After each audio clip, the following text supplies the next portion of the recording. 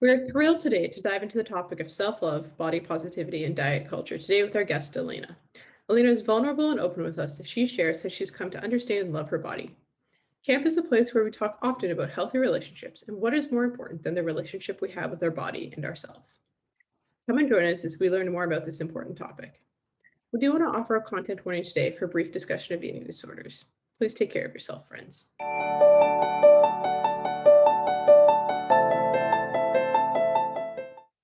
Welcome to Beyond Camp, where we explore the intersection of camp in our lives. For too long, camp professionals have referred to camp as being in a bubble, and we're here to burst that bubble.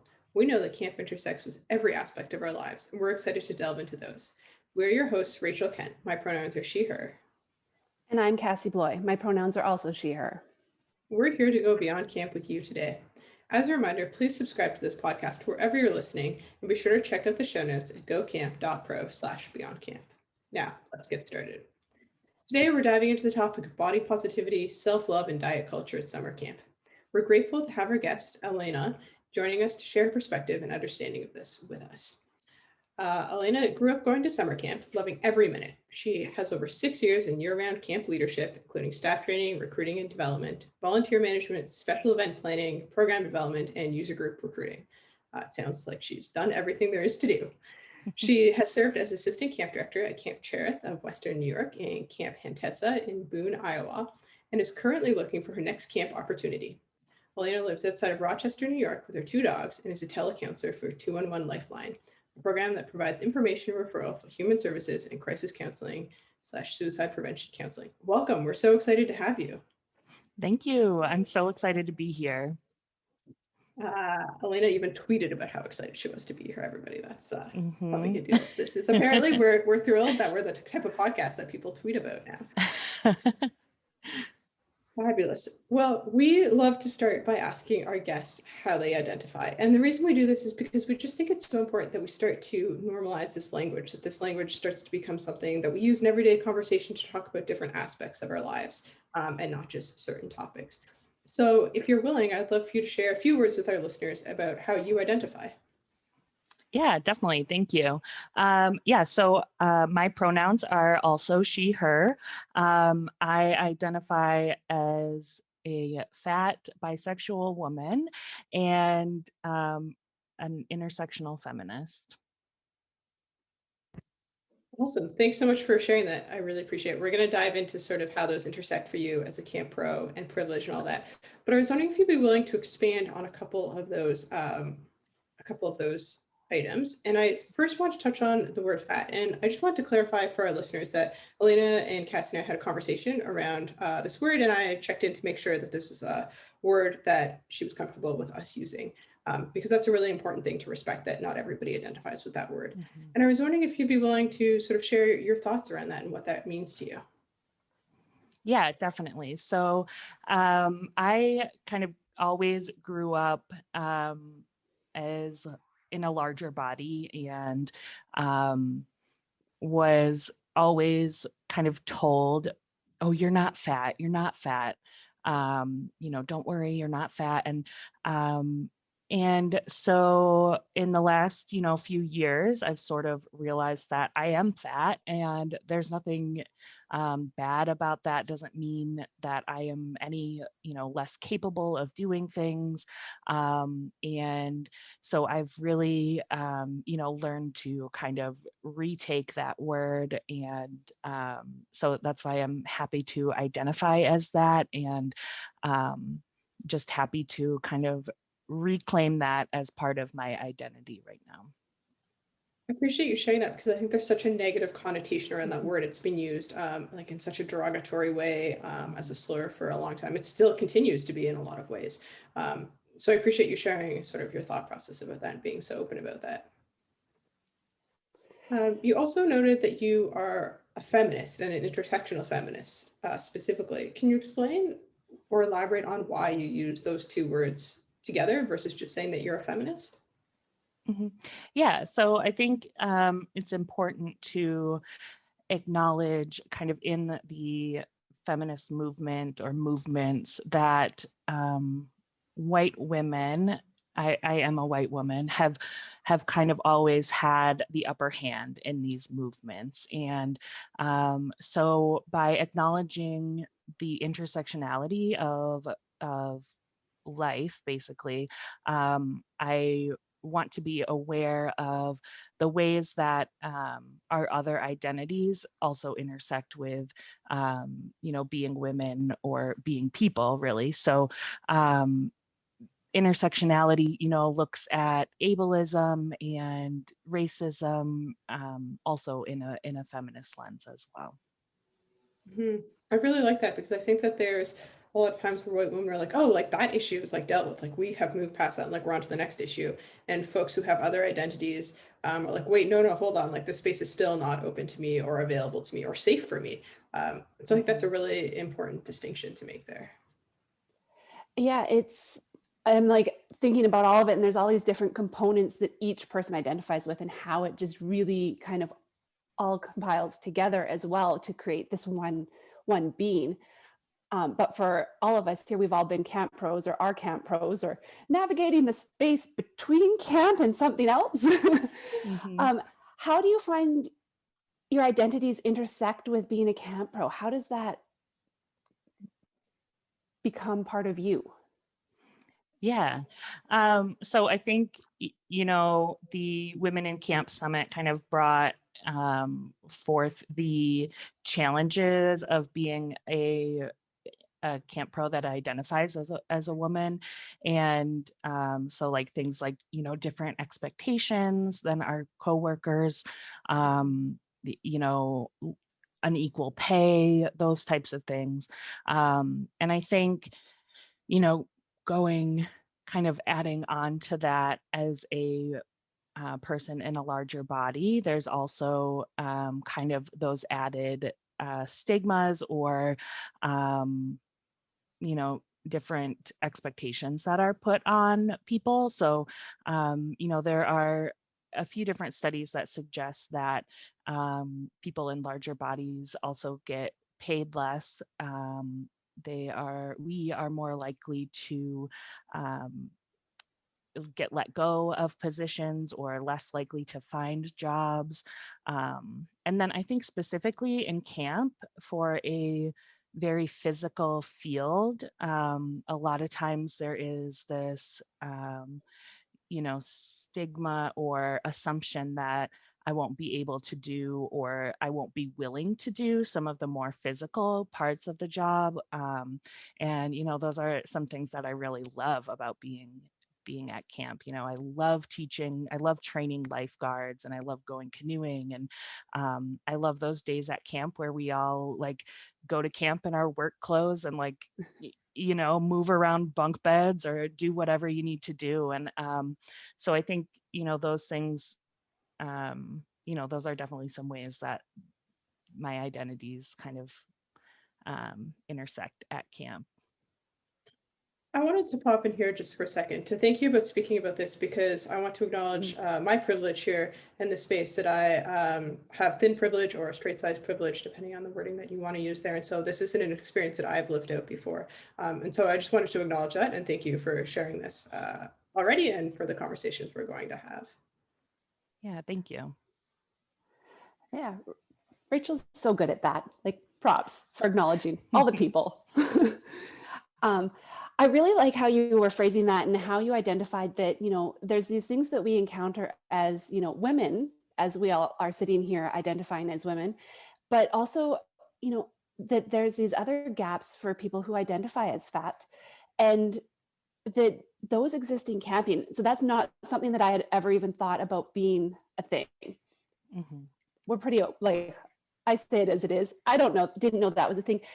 Do you think that has directly impacted some of your experiences at camp in a leadership role? Yeah, I think so. So, like I was saying, I think people, might be a little surprised that I, can go, I don't know, haul a canoe somewhere. I remember I was helping unload canoes, and these teen boy campers were all like, oh yeah, we're gonna carry them like by next to us. And I was like, it's kind of easier to just like hold it over your head. And I like just was doing this one person canoe carry. And so that was a time when I really felt powerful, because I felt like I kind of surprised these kids who, may have seen my body and just kind of made assumptions about things I could or couldn't do. Yeah. So that's one example. I think, it's interesting because it's something that as I'm learning more about, I'm also seeing how it's played out in my life and in the Mhm. camp field. So it's kind of a new learning experience for me too, kind of, and I have been thinking about this a lot as I put my notes together for today, just thinking about how, this is a constant learning journey for me, and Mhm. learning about how all the ways that diet culture and fat phobia have affected my life, and the way that not even how other people have seen me, but how I've seen myself as well. Wow, thank you for sharing. I think we're going to dive into that a little bit later on, but Rachel has a thought as well. I always have thoughts, and Cassie has to keep me under wraps here. But I think it's fascinating that you talk about continuing to learn about your identities, because I think so often people expect that you're going to like turn a certain age and like you're going to know all of your identities, and like also that like you become an adult and like these are your identities and you're stuck with them. And I like to think of identities as Velcro, and that you can like take them on and off, try on different ones. Sometimes it's because we feel safe or not safe in an environment, but also because like our Mhm. lives change and the world changes around us too. And sometimes I think there's identities out there that we don't even know exist. And then suddenly, you're on Google or you're chatting with people and you're like, oh, wait, that like that word is me. Like that hits home. I think that's really Mhm. powerful. And I always try and instill that in Mhm. campers as well, especially leadership campers who are trying to find themselves, that like, Yeah. how you're feeling right now, that's fantastic. If you feel this way in 5 years, super. If you feel differently in 5 minutes, also super. Like just roll with it. And that continual learning is really important. Mhm. Yeah, and I think that's something so magical about camp, is that, it should be a safe place to, figure out those things, learn those things, and a brave place. I know, Ruby Compton talks a lot about brave places, and Mhm. just like a place to try those new things out and see what really fits you. Yes, so many yeses, just all the yeses today. I'm just going to keep going with them. But we're going to shift a little bit here and talk about privilege with our identities. Where do you feel you carry privilege? Yeah. So I am a cisgender white woman, and so I feel like I carry a fair amount of privilege. Um, I have, always identified as a woman, um and so I do try to, speak up for um people who are trans, or people who are not white, especially, in the camping field. I think it's really important to empower other camp professionals, year round, seasonal staff, and campers who have more marginalized identities than I do. How do you go about doing that and making sure that that's heard by the people you're around? Hmm. Yeah. I think by kind of lifting up the voices of people who have some really awesome things to say that aren't always heard. I think, starting good conversations with other camp pros. So, being a part of groups like the Women in Camp Summit, and asking questions, and just talking about how we can do things better, and then also doing things better. So one thing that I was a part of this Yes. summer was, some of my friends in the Summer Camp Society put together a kind of a working group around anti-racist actions we could take. So it was a really, focus on concrete actions we could take. So things like switching vendors to Black-owned businesses, and changing our songbooks to get rid of some of the more appropriative things in them, things like that. So I think it's a mix of education, and then there are also some really good concrete actions we can take as well.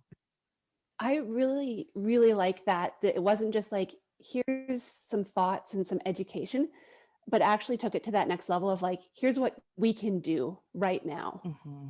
And Mhm. I think that's, a big step that sometimes we're missing. Mm-hmm. Yeah, the action piece. Sometimes we're really great Yeah. at talking about things, and we actually need to take that step. Um, we are going to continue to talk here, though, and we have two terms that we're going to sort of explore before we get to our break and then the second half. But the first term I'd love to talk about is self-love, and then we're going to talk about body positivity afterwards. Self-love is a word that I feel like we see all over social media in different ways, but what does it mean to you? Yeah. So I think, I think of terms like self-care, and, self-love kind of gets pulled into that. And I think that kind of gets co-opted to mean things like bath bombs and like massages. Yes. And yes, and those things are legit and can, be incredible. But I think, my picture of self-love is comes down to knowing yourself, and listening hard to your body and to your feelings and your heart, and having hard conversations about boundaries, and knowing how to communicate and advocate for yourself. And I've learned so much in like the last 5 years or so about boundaries and communication, and listening to how I'm feeling and how to honor those feelings. And so I think those are really important skills that we can also teach our staff and teach our campers. And I think camp is a really great place to have those hard conversations. And I think we can teach staff to do that and celebrate them for doing that as well. So celebrate them for advocating when they, bring up something that isn't going well for them. I think, those conversations are really important to encourage. Absolutely. We've talked about before on this podcast the idea of self-care being like a monetized thing, and that it's only available to you if you can head off to whatever fancy store to buy your bath bombs. And I think that Hmm. that's is incorrect, and in a lot of ways is super damaging because it excludes a lot of communities from being able to engage in self-care, especially also in some ways. Like, if you don't love bath bombs, like, I hate glitter with a passion, just so everybody's very clear on that. I hate glitter. My sticking point for the children is it's bad for the environment. I know you can get biodegradable glitter. It's bad for the environment. Also, it's just like, I just don't want it Hmm. on me. That's a different rant. Maybe we'll do a mini pod on my hatred of glitter. But like, you can engage in self-care and self-love without loving bath bombs, candles, etc. Like, it can look Hmm. a variety of different ways, and I think sometimes Instagram misses the mark on that a little bit. Definitely. Yes. And the mini pod on hating glitter, down.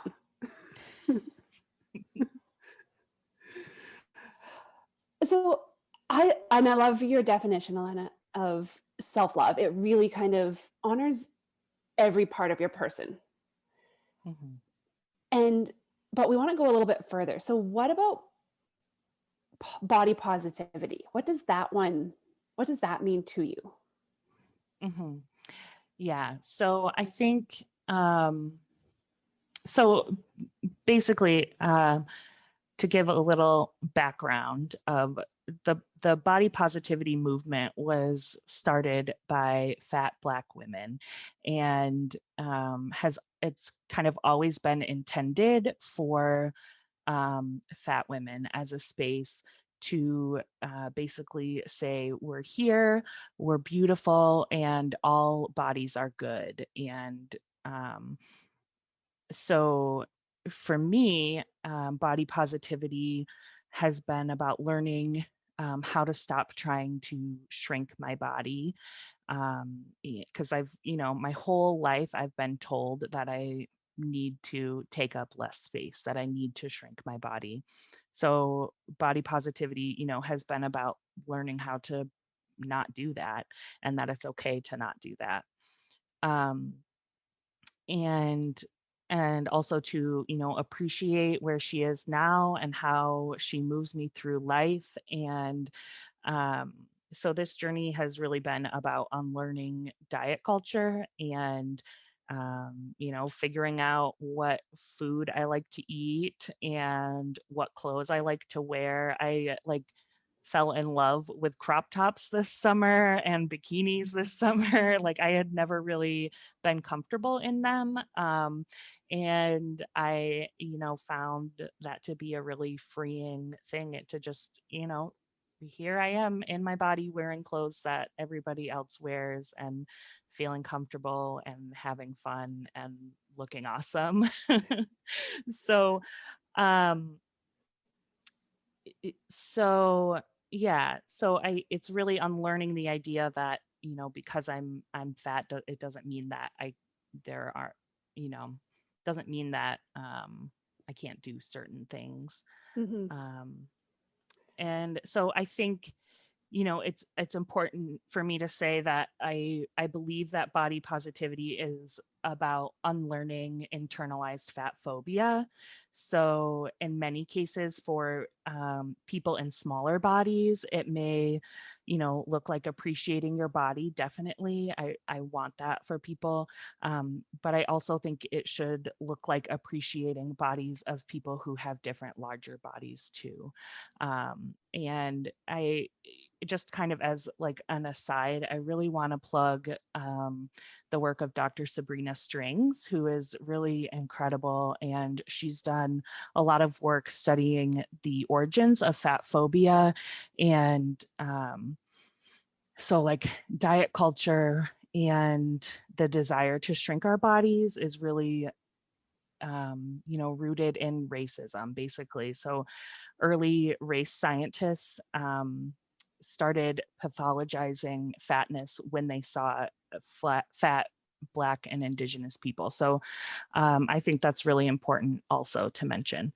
So I know I just said a whole lot of things there. But basically, I think for me, body positivity is, appreciating your body and the things it can do, and appreciating the bodies of other people that don't look like you, and knowing that all bodies are good bodies. And I think self-love has a lot of has a lot to say about how we communicate that to other people. I wanted to pop in and say thank you for the education piece on that. We're going to drop that Yes. link into the show notes. And as a reminder, folks, if this is not your lived experience, not your identity, that it's your job to go and educate yourself about it. So that would be a great starting point. Google has lots of resources. It's not people's job who identify in a certain way to educate us about that identity. It's our job to learn. So thank you for sharing that, and check out that link in the show note. Yeah, and you. I'm excited to go dive into that link and learn some more and have, some more context to be able to better support and communicate with people. Mm-hmm. And I really loved what you said about how body positivity and self-care is almost like they intersect, and that there's a point on that line where they cross, that's, maybe where you sit, and that one day you might sit somewhere else on that chart. Mm-hmm. And that there's this balance of how we appreciate our bodies and love it and honor it, but also how we feel about it right now. Mm-hmm. But we're going to take a quick break and then dive into this a little bit more. So join us for our ad in just a moment. Camp pros do it all. Some might argue we do too much. Don't worry, ACA Illinois provides space for camp pros to learn, grow, connect, and more. So if you are a camp professional looking for community, they have space for you to join them today. Or if you are a camp and you're looking for information on how to become accredited, what does that even mean? We have to start try that again. If you are a camp, shit, and I'm not even running the timer. Oh God, what a disaster. I think we're probably at 40 minutes. Okay. Let's try this again. I was reading it from like a Camp Pro perspective. Camp Bros do it all. Some might argue we do too much. ACA Illinois provides space for camp pros to learn, grow, connect, and more. So if you're a camp professional looking for community and like-minded individuals, they have space for you to join them today. If you're at a camp and you're looking for information on how to become accredited or what that even means, and what does that take to become accredited, but you really don't know where to start, reach out to the team at ACA Illinois today. Are you looking to grow your career? ACA Illinois is there for you.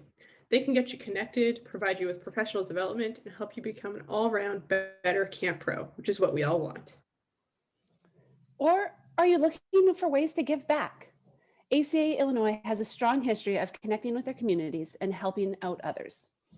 During the pandemic, they have pivoted to ensure they are reaching out to all of their members. Reach out to them at info@acail.org. And let's get you connected today. Fabulous. We've had such a great conversation so far. We're going to get right back into it and really tie this into summer camp. So when Cassie and I were talking about this topic, we have had radically different experiences with this. So Cassie, I'm going to throw to you first, then I'm going to share, and then Alana, we're going to hop over to you. Perfect. Yeah, that sounds great. So I worked initially frontline at an all-girls sleepaway camp, New York tri-state area, upper middle class. And we weren't really, from my recollection, told much of anything, kind of educated more on the eating disorders and, you know, some things you might want to watch for in your girls. And that was it. So like the concept of like teaching wasn't really put on us at all. And I don't know if that was due to the privilege of the people, the culture in that camp specifically, or what it was, but like vastly different from Rachel's. Yeah, so I don't know that I've usually used the term body positivity. So we're going to talk about why body positivity is important at camp. And so for me, I've spent the last 6 or 7 years directing a overnight all girls camp. And I have had folks in my life who've had a variety of eating disorders. And so it was important to me that we created healthy relationships with food at camp. And that relationship was a positive thing because you're so active at camp that food is so important. But also that we are welcoming of everybody. So I'm going to get to a little bit more of my thoughts in a moment. But Alana, I'm wondering if you can share from your perspective why you think this is so important at camp. Yeah, definitely. So I think we talk a lot about camp and how it's a great place to be accepting of people, and it's a great place to, develop these mentor relationships with staff and camper staff relationships. And I think we do, really great work in that for the most part. But I think camp, like we said, could also be a really awesome place to teach about body positivity. And like you said, Rachel, kind of teach kids what a healthy relationship with foods looks like. And introduce the idea that all bodies are different and that all bodies are good bodies, and no matter what they look like or what they can or can't do, at camp our bodies do so much. We're out there playing all day, and so I think there's a lot of space to have conversations with kids and with staff about how awesome our bodies really are. Mm-hmm. I always start this, and this ties into a little bit about diet culture, which we're going to get into, but I started during staff training in that I say we have lots of food, and that's really important because not all of our kids come from homes where they can, or situations where they can always expect to have a lot of food. So there's lots of food here. You can have seconds or thirds, etc. And there's lots of healthy food here. There's food that is going to fuel us. And I think that that's really important, that we are encouraging people to eat. We're encouraging them to eat so that their bodies feel good and they can do things.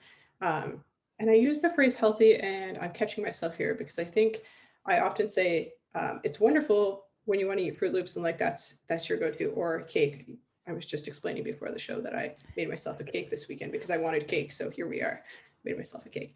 But that food doesn't necessarily fuel us for a long period of time. So sometimes for my staff who are just coming out of high school and haven't always lived on their own, they are excited that they can have all these snacks and things and have to be like, okay, but we need to eat something with like a little bit more sustenance so we can make it through the day versus like hopping from sugar crash to sugar crash. But Mhm. also, it's wonderful that you want to have cake for dessert and you should absolutely have it. And there's no earning of food at camp. There are no good and bad foods at camp. Mhm. And I tie that into exercise as well. We have some staff who love to go for a run, and that's a fabulous thing. If running is like your thing that de-stresses you, if that's your self-care, great. But you absolutely have to pitch it as something that you're enjoying doing and doing for yourself versus a Mhm. punishment for yourself or something you have to do. And when we talk about these things in front of each other and in front of campers, that framing is so, so important because they're watching us, they're listening to our every word. And if you're saying, I can't have dessert today because I haven't been good, they're picking up on that. Like, can I have dessert? If you love cake, like have at her. If you don't like cake, great, don't eat the cake. But it Mhm. should never be about punishing your body or about whether or not you've been good. And so we really try and sort of promote that at camp. I won't say push that, but really, really promote the language that we're using around food and around exercise um, at camp. I'm curious as to your thoughts around diet culture in camp. Yeah, definitely.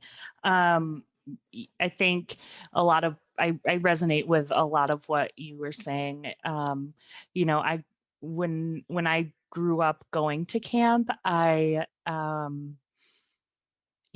was one of the first experiences I had where I could really choose what I wanted to eat, and I could eat as much as I, wanted, or as much as I needed even. And it was basically, unrestricted. And so that was a really beneficial feeling for me. I also grew up going to an all girls camp, um, and so I think, that was a really good experience for me. We had y- lots of fruits and vegetables available. There was a salad bar. I got to experiment with what I liked on a salad and all of that stuff. So I think that can be a really good area for camp. And I think um, I think it's definitely, I think it starts with your staff also. So teaching staff to avoid saying things like you were talking about, like I've been good today, so I'm gonna, reward myself with some cake or whatever.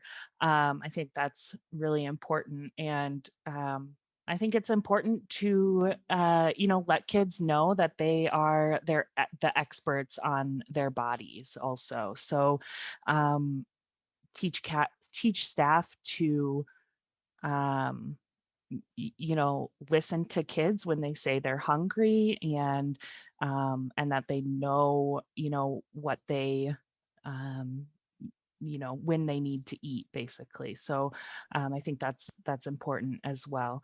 Um, Another link that I sent you all was a link to the Food Psych podcast, and that is hosted by Christy Harrison, and she is a registered dietitian in intuitive eating. And so she has a lot to say about kids and food. Some of her episodes, revolve around that topic specifically. And she's always, interviewing lots of different people that are really awesome. So I definitely suggest checking that out. It's a little bit more scientific and really interesting. So yeah, definitely check her out. That's really cool. We'll drop that into the show notes. I think, food at camp is such a central piece. As Cass and I were prepping for this episode, we were like, we could do a whole episode on that. And so we might in the Yeah. future. But a couple Hmm. of quick things that I think are important. A lot of camps have a rule where you like have to try everything, which can be great to get kids to explore new foods and etc. Um, but I always struggle with the rule about having to finish everything on your plate because I think that it's important to eat till you're full. And I 100% recognize the food waste issue. And so I always try and come at it with a like, we take a small amount, and then when we want more, we take more, and making sure that there is food available so kids don't feel the need that they need to like hoard that food right away. Because sometimes you're eating and then you're like, you know what, like I am just full, and there's no point in, you know, finishing that giant serving of mac and cheese if it's going to make you feel sick and feel terrible about your body, and have somebody shame you for taking so much food. So I think we really need to look as camp pros around the whole culture around food and how we present it at the table, how we serve it, how we offer seconds or thirds. And are we calling it seconds or thirds? Or are we just saying like, did you want some more food? Like, let's not keep track of the kid who's, you know, calling it fourth or fifth. Like that could be not great. And then on the flip side, we always have some leadership kids, especially who like you get to a certain meal like pancakes and they're like, how many pancakes can we eat? And then there's sometimes a discussion about like, does your body need 17 pancakes? Like if it does, fantastic. If you're gonna feel really ill afterwards, then like let's also look into those signs about how we're feeling. So it's really about that connection piece and learning. We talk about healthy relationships with so many other things at camp, but I think we miss the mark in terms of talking about them with ourselves. Yeah, well, and I want to like just address that like your meals are a program, and they're probably your biggest program at camp, because we go to that building to eat food a minimum of 3 times a day plus your snacks. Like that's a lot of time in one space that we need to remember exists and dedicate to actually training our staff on how to have these conversations properly. That's a significant portion of our day. I also think that when we talk about body positivity and things at camp, that we can't talk about this without talking about dress codes. And I know we're going to get into creating a culture, but we have a policy that you can wear whatever your body is comfortable in, provided that it's safe for the activity. So the topic of bathing suits always comes up here, and like, can you wear one piece? Can you wear a 2-piece? Can you wear a bikini, et cetera, et cetera? And our policy is, if you can wear it and participate fully in the activity, then that's great. If you're going to be like jumping off the water trampoline with your kids and losing part of your bathing suit, then that item of clothing is not suitable for the activity. And usually once you like suggest that to a staff member, they will be horrified that that could be an option, and they'll pick an item of clothing that will best suit that activity. But I think that that's a really important piece that because some, you know, especially our bathing suits fit certain body types in different ways. And when you say you have to wear only this one type, like that can shame people and make people feel really terrible as well. Yeah, I remember being a teen camper, and like my camp had a 1-piece policy. Like you had to wear a 1-piece bathing suit, but the only bathing suits I liked to wear were tankinis with the like skirt piece or like shorts. So I would always like go swimming in a t-shirt with my, you know, tankini underneath, and I was like still pretty uncomfortable. So I definitely think that's an important piece of it as well. Yeah. It's amazing where this conversation can take us and steer us as soon as we start talking about this, and how much more, you know, when we look at self-love, body positivity, diet culture, how much more we need to do as an industry as a whole, like that much more work. But we want to come back to where we were as well, and talking more about the self-love and body positivity at camp. How can we create a culture of self-love and body positivity at camp? What are some steps we can take as camp pros to do this better? Yeah, so I think, you know, when we talk, I think we have this conversation, you know, when we talk about, you know, diversity or inclusion in camp, and how it really does start with your staff. So I think, you know, look at your hiring practices, look at who you're hiring. Are you hiring people with diverse bodies? And or are there still some things inside that you some of that fat phobia that you need to break down when you sit and interview with a person? And yeah, so I think that's definitely one thing. I think teaching quick kind of responses that staff can say about bodies or food or things like that are really beneficial. So, saying things like, wow, your legs are so strong, they've walked all over camp today. Aren't bodies so cool? Or, not, I think it's really important too to teach your staff, about how much kids listen to you and listen when you talk about your body as well. So I think that's really important.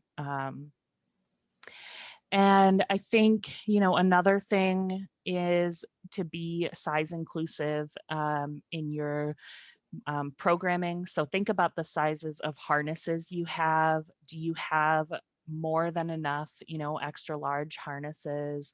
Or I think, sometimes we buy like one extra large harness, and then you may have more than one person who should be using that harness at a time, and they're left, sitting, waiting for their turn. And that can be really harmful. So being size inclusive when you think about your camp merch, are all of your campers going to be able to fit t-shirts that you order, or the sweatpants that are available in your store? That can be really that can just be a sad thing when you can't purchase camp's merchandise because it won't fit you. And then even things like chairs, are campers of all sizes and staff of all sizes going to feel comfortable sitting in the chairs in your dining hall? So I think, things like that are really important to think about as well when we think about body positivity and creating that culture at camp. I think it's important to make it so that everybody is truly comfortable when it comes to everything, but Yeah. all, specifically when it comes to body size. I really like that. It's more than what we teach. It's how we present ourselves in the space that we're bringing and welcoming people into. Yeah, exactly. I think it's also really important to note here that we've talked about experiences working in all girls camps, but that this is not a topic that's exclusive to folks who are female in any way at all. In fact, there's many stats that show that gay men have a higher prevalence of eating disorders than other groups of people. So this is our experience that we're speaking from today, but this is not at all a topic that is solely for females. Definitely. I was also thinking, you mentioned, giving staff the words to say. And I really, like, that just caught me. I'm like, it's so true. So often do we give them this is what we should do. Now go do it. Right? We need to be better at giving them the words to say, because so often they don't know. And I think that's could be a really useful tool for them to have. One page or a flashcard of something they can reference, so that they have that kind of like your back pocket slip, not something you're going to pull out and read from, but that they can keep tucked away, where they can remind themselves of those words when these conversations and words need to be spoken. Yeah, definitely. Excellent. Well, I think we are all done today. It was a great conversation. Thank you so much for joining us. Can you share with us your contact information? Yeah, so I am on most social media platforms as AM Matteson. So my last name's Matteson 1. So AM Matteson 1. So that's Twitter, Instagram, and TikTok. I have a few TikToks out in the world. Ooh. So I feel very, just technologically savvy. They're very low tech. It's mostly about plants. And you can email me, MattesonAlana44@gmail.com. And yeah, I look forward to, listening back to the episode and hearing other people's input and stories. And I really appreciate having the opportunity to share with you both today. We're so grateful that this is the start of a conversation. I think that's really important, is that we always Yeah. want these podcasts to be the start of a conversation. Will continue for a long time. Yeah, definitely. This, like I said, this whole thing has been a journey for me, and I'm looking forward to continuing this journey and hearing everyone's input. So yeah, definitely. Awesome. Well, thank you so much again for joining us. And as we wrap up today, we are going to bring back our recharge station, remembering that self-care is critical to personal wellness in the good times and the difficult times. It's also something we as camp pros struggle with. But we think of this as recharging our batteries and maybe making us feel a little inspired. And Rachel has one for us this week. I mentioned earlier that I made myself a cake this weekend. Friends, times are tough. We're still in the pandemic. If you feel like having a cake, make yourself a cake. Celebrate. It can be something small. Maybe you don't even need to celebrate anything, but make yourself a cake. I made a rainbow bit one, came out of a box. I iced it with icing out of a tin or container. Wasn't fancy. I've been enjoying it all week. Make yourself a cake. Love it. Cake. Make yourself a cake. I think I'm going to make a cake today. I think it'll make me feel better about things. Anyways, thank you everyone for joining us beyond camp. We hope that you were able to connect and reflect with us as we journey beyond the property lines and bring camp with us. As we wrap up, we want you to be able to reach out and connect with us. So you can reach myself, Cassie, at cassie.bloy@stefanricard.ca. Rachel? Folks are always welcome to send me an email at kentar@girlguides.ca. Please remember to check out our show notes for some amazing resources today. It will be loaded full of some great podcast recommendations. And remember to check out all of our other shows.